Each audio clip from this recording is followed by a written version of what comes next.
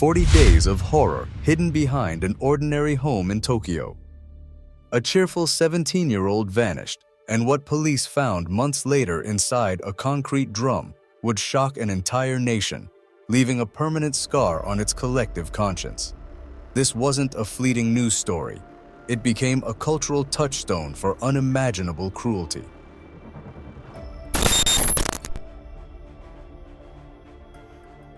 Today, we revisit one of Japan's darkest and most consequential cases, the murder of Junko Furuta. Her story isn't just about the profound cruelty of her captors. It's a searing indictment of a legal system that, in the eyes of many, protected the young offenders more than it honored the memory of the victim. It sparked a national debate that continues to this day. It began as an ordinary night in November 1988, in the bustling, optimistic bubble of Japan's economic peak. But what followed in a quiet, unassuming suburban home would redefine the limits of human brutality, justice, and empathy in modern Japan. Junko Furuta was a bright, hard-working high school girl from Misato, Saitama, with her entire life ahead of her. Described by friends as kind and resilient, she balanced her studies with a part-time job, diligently saving for her future. She dreamed of a peaceful adult life, of a simple, happy existence far removed from the darkness that would ultimately claim her. Her abductors were teenagers too, but they inhabited a vastly different world.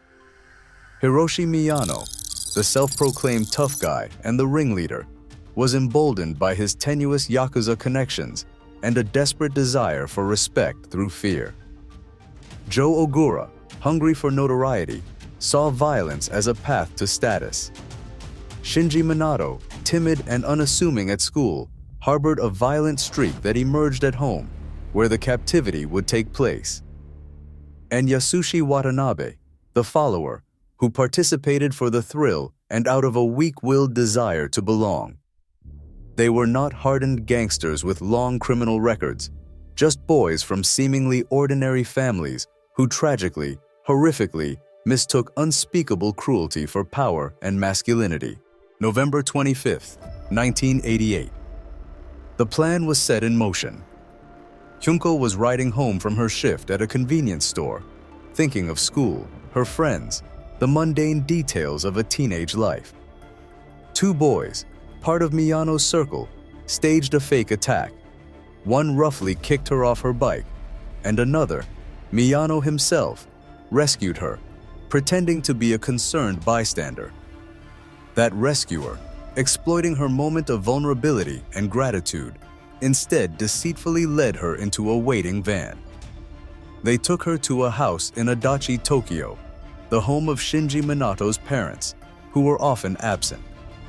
For the next 44 days, that ordinary two-story home became a chamber of unimaginable horrors. She was held captive in a room where the sounds of the outside world, children playing, neighbors chatting, must have felt like a cruel taunt from a life she was being systematically torn from. The physical and psychological abuse she endured cannot be fully described here, both for its graphic nature and out of respect for the victim. She was repeatedly beaten, burned, and subjected to humiliations designed to break her spirit. She was denied food, water, and sleep.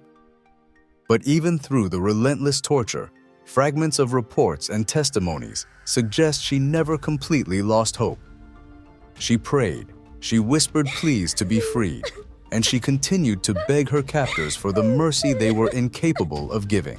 Neighbors later admitted they heard loud laughter, blaring music, and even occasional sharp screams, but no one ever reported it. Some dismissed the noise as rowdy teenage partying, a common nuisance.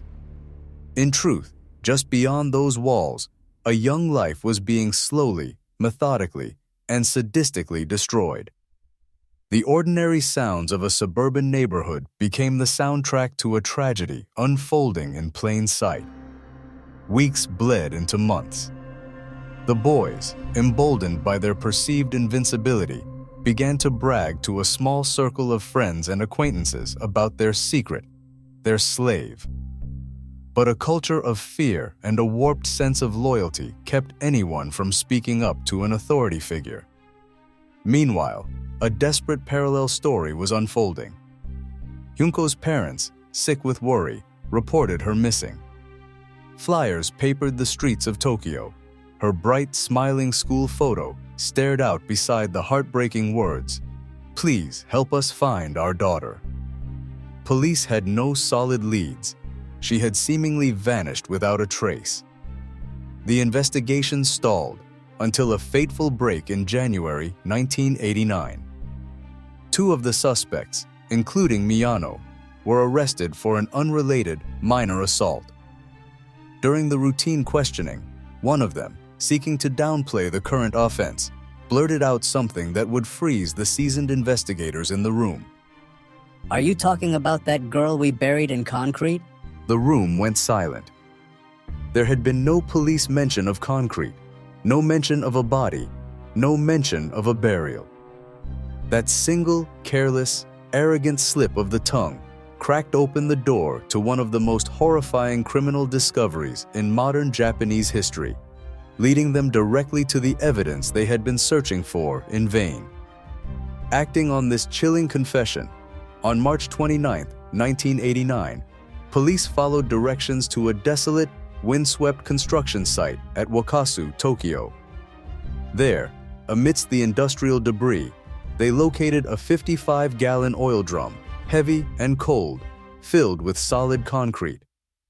Using power tools to crack it open, they made the grim discovery. Inside was Junko Furuta.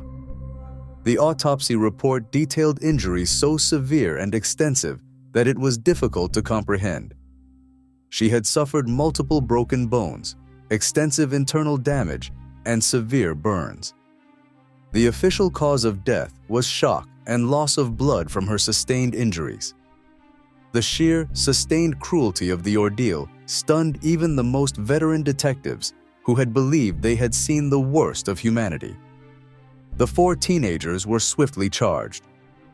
However, shielded by Japan's robust juvenile protection laws, their names were initially hidden from the public, referred to only as A, B, C, and D. This anonymity proved short-lived. A Japanese weekly magazine, voicing the public's fury, later exposed their full identities, arguing in a now infamous headline that beasts don't deserve anonymity. This act of journalism ignited a firestorm, pouring fuel on a nation already boiling with anger and disbelief. The trial that began in 1990 became a focal point of national outrage. In a controversial ruling, the Tokyo District Court judged the crime as causing bodily injury resulting in death, not premeditated murder. This critical legal distinction drastically reduced the potential sentences. The ringleader, Hiroshi Miyano, received 20 years in a juvenile detention facility, the maximum for that lesser charge. The others, deemed followers, received shockingly light sentences. Joe Ogura was sentenced to 9 years, Shinji Minato to 8, and Yasushi Watanabe to just 5 to 7 years. Across Japan, citizens, activists, and media outlets demanded legal change. The central, agonizing question echoed everywhere. How could anyone, regardless of age, commit something so vicious, so prolonged, and so calculated, and still be afforded the protective label of a juvenile? Newspapers called the sentences a betrayal of justice, arguing that the system had focused entirely on rehabilitating the criminals while effectively erasing the suffering and the very personhood of Junko Furuta. Her name became a symbol, a rallying cry for legal reform and a haunting reminder of justice deferred. Junko Furuta's story remains a dark chapter, a stark lesson in the consequences of unchecked cruelty and a justice system pushed to its limits. She was more than a victim. She was a daughter, a friend, a life full of promise, brutally taken. This case forces us to ask difficult questions about justice and humanity. What are your thoughts? Share them respectfully in the comments below.